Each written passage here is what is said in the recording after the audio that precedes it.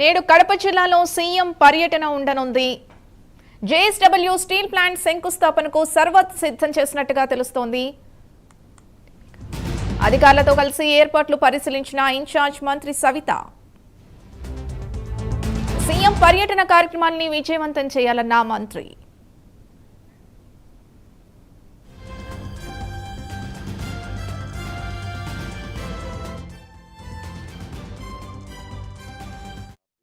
మరి ఈ ప్రాంతానికి జమ్మలమడు నియోజకవర్గానికి తేవటం మరి అభివృద్ధి ధ్యేయంగా ఈ రాయలసీమని అన్ని విధాలుగా వ్యాపార పరంగా కావచ్చు, ఇండస్ట్రియల్ పరంగా అభివృద్ధి చేయాలని ముఖ్యమంత్రి గారు దూరదృష్టితో ఆ రోజు ఏర్పాటు చేయడం కూడా మనందరికీ తెలుసు. గతంలో 5 సంవత్సరాలు నేను రాయలసీమ బిడ్డ, నేను కడప బిడ్డ, నేను పులివెందుల బిడ్డ అని చెప్పుకున్న వాళ్ళు ఏం చేశారో కూడా తెలుసు.